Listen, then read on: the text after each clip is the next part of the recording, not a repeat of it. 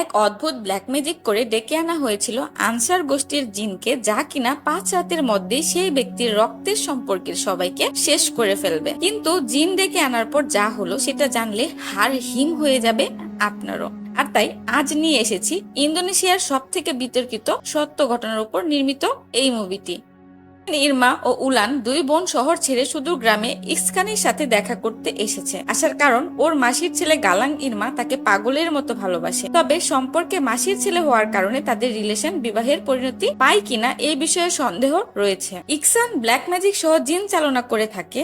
Irma তাকে কিছু টাকা দিয়ে বোন উলানকে মিডিয়াম বানিয়ে জিনের মাধ্যমে জানতে পারে গালাং স্বামী হিসেবে তার জন্য পারফেক্ট নয়, কারণ ভবিষ্যতে সেই হবে ইরমার মৃত্যুর কারণ। এখান থেকে এই ঘটনা 12 বছর এগিয়ে যায়। 12 বছর পর আমরা দেখতে পাই গালাং এখন বিবাহিত, স্ত্রী নিশা এবং একমাত্র মেয়ে সোফিয়ার সাথে সুখী পরিবার তার। কিন্তু প্রিম্যাচিওর বেবি হওয়ার কারণে অপটিক নার্ভ নষ্ট হয়ে যাওয়ায় জন্ম থেকেই সোফিয়া অন্ধ। তার জন্মদিন উপলক্ষে আজ বাড়িতে ইরমা, উলান এবং তাদের মা ফারা দেখা করতে এসেছে। গালাঙ্গের মা রিফার অবস্থা খুব একটা ভালো নয়, তিনি মৃত্যু সজ্জায়। কোনো চিকিৎসা তাকে সুস্থ করে তুলতে পারছে না। তাদের কথাবার্তার মাঝে ইরাম গালাং এর সাথে একান্তে দেখা করে ওদের মধ্যে 3 বছর সম্পর্ক ছিল। কিন্তু রিফার মতে বিয়ে করার পর গালাং ইরমার সাথে সম্পর্ক আর এগোতে চায়নি। তবে গালাং তার পুরনো স্মৃতি ভুলে গেলেও ইরমা পারেনি। সে এখনো তাকে পাগলের মতো ভালোবাসে। শুধু তাই নয়, ইরমা গালাঙ্গের বাচ্চার মা হতে চলেছে। গালাং যত চায় সব সম্পর্ক ছিন্ন করতে, ইরমা তত বেশি সেটাকে আগলে রাখে। যার কারণে নিয়মিত ফোন কল, অনুমতি ছাড়া গালাঙের কাজের জায়গায় চলে আসা, এসব হয়েই থাকে। তেমন ভাবে এক রাতে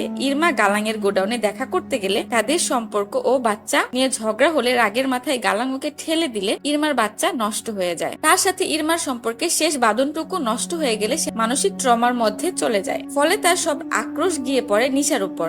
একদিন ইরমা কাউকে কিছু না বলে বেরিয়ে পড়ে ইকসানের আস্তানায়। তাকে নিজের সমস্ত জমাপুঁজির সাথে উলানের কিছু গয়না দিয়ে গালাঙের জীবন থেকে নিশাকে সরিয়ে ফেলতে বলে। সে নিজে এতদিন যা স্যাক্রিফাইস করেছে এতে তার কিছু আসে যায় না, শুধু নিশা যেন না বাঁচে। ইকসান বলে ইভিল জিন গোষ্ঠীর মধ্যে আমজার মুসলিমদের সব থেকে বেশি ঘৃণা করে, যার কারণে তাকেই ব্ল্যাক ম্যাজিকের মাধ্যমে ইরমার কাজ সম্পন্ন করার জন্য ডেকে আনবে। এই জিন নিশা এবং তার রক্তের সম্পর্কের সবাইকে 5 রাতের মধ্যে মেরে ফেলবে। কথাটা শুনে ইরমার সোফিয়াকে মনে পড়ে।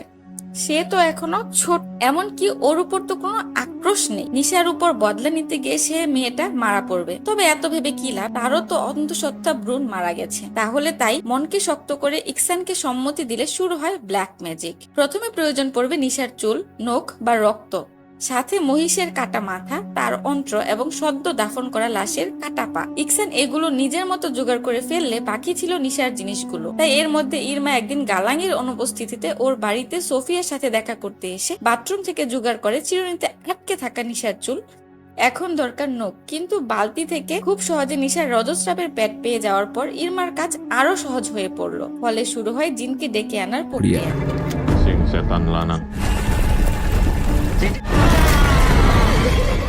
সময় রাত 3টে। গালাং গভীর ঘুমে আচ্ছন্ন। নিশা তখন তাহাজ্জুদ নামাজ পড়ছিল। আচমকা ওর সামনে মহিষের কাটা মাথা এসে পড়ে। সাথে সাথে সারা শরীরে ছিটিয়ে পড়লো রক্ত ও মহিষের অন্ত্র। চিৎকার শুনে গালাং ছুটে এসে দেখে সেখানে কিছুই নেই। সবটাই নিশার মনের ভুল। সকালে নিশা তখন একা বাড়িতে। হঠাৎ সোফিয়ার পুতুলটা হাতে নিয়ে এক অদ্ভুত পরিবর্তন দেখে। কাঁচি দিয়ে এক একে পুতুল নিজের চুলগুলো কেটে সেগুলো খেতে শুরু করলো। পরের দিন সন্ধ্যায় গালাং এর কাছ থেকে ফিরলে নিশা বাড়িতে ও তার সাথে ঘটতে থাকা অদ্ভুত ঘটনার ব্যাপারে জানায়, কিন্তু প্রচন্ড ক্লান্ত থাকার কারণে সেসব কথায় কান দেয় না। এদিকে উলান নিজের গয়নাগুলো খুঁজে না পেলে ইরমাকে কনফার্ম করতে বললে সে জানতে পারে সে পুনরায় ইস্কানের ওখানে গিয়েছিল। উলান তাকে অনেক বোঝানোর চেষ্টা করে, কিন্তু ইরমা প্রতিশোধের আগুন জ্বলছে। তবে ওই রাতে ইরমার সাথে অলৌকিক ঘটনা ঘটে, যেখানে ওর পাশে উলানকে ভয়ানক রূপে দেখতে পায়, কিন্তু আদতেই সেখানে কেউ ছিল না। তবে নিশার অবস্থা খুব একটা ভালো নয়। নামাজে বসলেই মন বিচলিত হয়ে রক্তবমির সাথে বেরিয়ে আসে। সকালে রিফার মুখ ধুয়ে দেওয়ার সময় আচমকা শ্বাসরোধ করে মারার চেষ্টা করে। তবে পরক্ষণে সম্বিত ফিরে আসলে সে নিজের ভুল বুঝে তার থেকে ক্ষমা চায়। সে নিজের অজান্তেই কি করে ফেলছে আল্লাহ জানে। অবশেষে নিজেকে সামলে রিফার জন্য গরম জল আনতে গেলে রহস্যজনকভাবে মৃত্যু সজ্জায় থাকা রিফা নিজেই উঠে রান্নাঘরের ফুটন্ত স্যুপ নিজের গায়ে ঢেলে মারা যায়। চোখের সামনে তার মৃত্যু দেখা ছাড়া নিশার কোনো উপায় ছিল না। বাড়িতে ও পাড়া মসজিদের সবাই ভিড় জমিয়েছে। প্রতিবেশীরা রিফার মৃত্যু ঘিরে শুরু করেছে গল্প বাঁধা। কেউ বলছে দিনের পর দিন মৃত্যু সজ্জায় থাকার কারণে হয়তো নিশা তাকে মেরে ফেলেছে। আবার কারোর মতে রিফার উপর কেউ ব্ল্যাক ম্যাজিক করেছে। তবে ঘটলো আরেকটা আশ্চর্যজনক ঘটনা। জানাজার ঠিক আগে নিশা পজেস্ট হয়ে রিফার দেহ উঠতে শুরু করে। ভয়ানক আচরণ। তাকে দেখে কারোর বুঝার অবকাশ থাকে না জিনের কবলে রয়েছে নিশা। হুজুর কোন রকমে শান্ত করলেও বুঝে যায় নিশার সাথে আরো খারাপ কিছু হতে চলেছে। তাই গালাংকে সতর্ক থাকতে বলে। রাতে তখন দাফনের কাজ শেষ করে বিশ্রাম নিচ্ছিল। এক অদ্ভুত আওয়াজে গালাংয়ের ঘুম ভেঙে যায়। সে বেসমেন্টে তাকিয়ে চমকে উঠে দেখে নিশাকে ঘিরে বসে রয়েছে একাধিক জিন। এই ভয়াবহ দৃশ্য দেখে গালাং জ্ঞান হারিয়ে ফেললে পরবর্তীতে দেখে নিশার জায়গায় সে এখন কাফন পরে শুয়ে রয়েছে এবং তাকে ঘিরে বসে জিনদের দল। তখনই সোফিয়া ডাকে দুঃস্বপ্ন কাটলো। তবে এই ঘটনার পর গালাং এর নিশার কথায় বিশ্বাস হয় যে এই বাড়িতে সত্যিই কিছু রয়েছে। ফলে হুজুরের থেকে পরামর্শ নিলে তিনি গালাংকে এক শিশি তাবিজ পরা জল দিয়ে আমাদের ঠিক আগে নিশার কপালে লাগাতে বলে। এদিকে নিশাকে রিফার আত্মা হনন করলে গালাং কোনো মতে সামলায়। কপালে সেই জল বুলিয়ে দিতে নিশা ভয়ানক চিৎকার করে নিজের উপর কন্ট্রোল হারিয়ে ফেলে। তবে ঘটনা শুধুমাত্র গালাং এর বাড়ি অব্দি সীমিত থাকলো না। তারা অদ্ভুত ভাবে জিনের কবলে চলে আসে। সেদিন বাড়িতে থাকা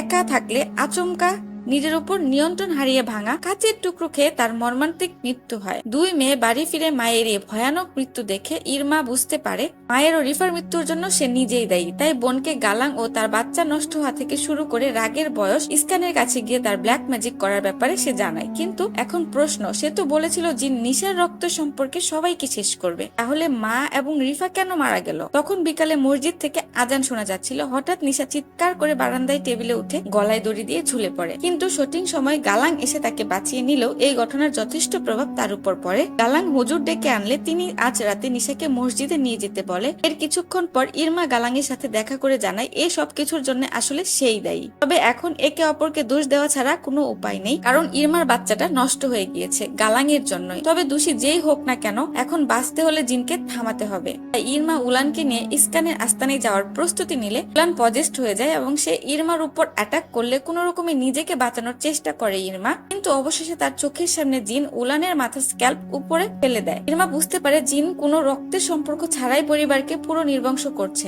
আর এখন নিশা এবং গালাং এর পালা। ওদিকে মসজিদে সবাই নিশাকে সুস্থ করার প্রস্তুতি নিতে শুরু করলে ইরমা ইহসানের আস্তানায় পৌঁছায়। ইরমা তাকে বলে জিনকে থামাতে, কিন্তু আমজা জিনকে যে কাজের জন্য ডাকে আনা হয়েছে সেটা যতক্ষণ না সম্পন্ন হচ্ছে তাকে ফেরানো সম্ভব নয়। তবে এক্ষেত্রে ইহসান বলেছিল জিন নিশার রক্তের সম্পর্কের সবাইকে মারবে, কিন্তু ফারা, উলান, রিফা এরা কেন মারা গেল? ততক্ষণে হুজুর জিন দাঁড়ানোর প্রক্রিয়া শুরু করলে নিশা আউট অফ কন্ট্রোল হয়ে পড়ে। জিন প্রতি মুহূর্তে নিজের ক্ষমতা প্রয়োগের মাধ্যমে কষ্ট দিতে শুরু করলে নিশার সাথে আচমকা ইরমা পজেস্ট হয়ে যায়, যার ফলস্বরূপ ইরমার শরীরের হাড় ভেঙে মর্মান্তিক মৃত্যু হয়। নিশার ভিতরে থাকা জিন এতক্ষণে সম্পূর্ণ ক্ষমতায় এসে গালাংকে গলা টিপে মারার চেষ্টা করলে হুজুর নিশার মাথায় মেরে অজ্ঞান করে দেয়। কিন্তু আচমকা সবাইকে চমকে সোফিয়া পজেস্ট অবস্থায় মসজিদে উপস্থিত হয়। আর এই ঘটনার সাথে রিভিল হয় আসল রহস্য।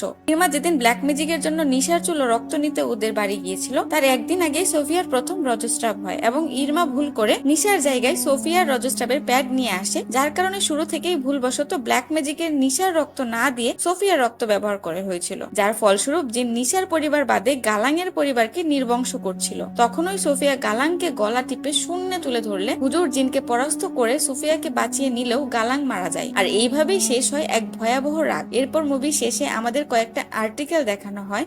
ইন্দোনেশিয়ার পান্ডে গ্লাং রেজেন্সির মসজিদের বেসমেন্ট থেকে এক পরিবারকে ভয়ানক অবস্থায় উদ্ধার করা হয়। পরিবারের মধ্যে লোকটির মৃত্যু ঘাড় ভেঙে হয়েছিল এবং তাদের একমাত্র মেয়ে ও মাকে অজ্ঞান অবস্থায় হসপিটালে অ্যাডমিট করা হয়। পুলিশ লোকটির দুই কাজিনের লাশ ভিন্ন ভিন্ন জায়গা থেকে উদ্ধার করে। মহিলাটির অবস্থা বর্তমানে আশঙ্কাজনক, তবে মেয়েটি এখন সম্পূর্ণ সুস্থ হয়ে গেলেও তাকে দেখাশোনা করার জন্য পরিবারের কেউ বেঁচে নেই। তো গাইস, গল্পটা কেমন লাগলো আশা করি কমেন্ট করে জানাবেন। আর হ্যাঁ, পরবর্তী গল্প আসার আগ পর্যন্ত সবাই সুস্থ থাকবেন, ভালো থাকবেন। ধন্যবাদ।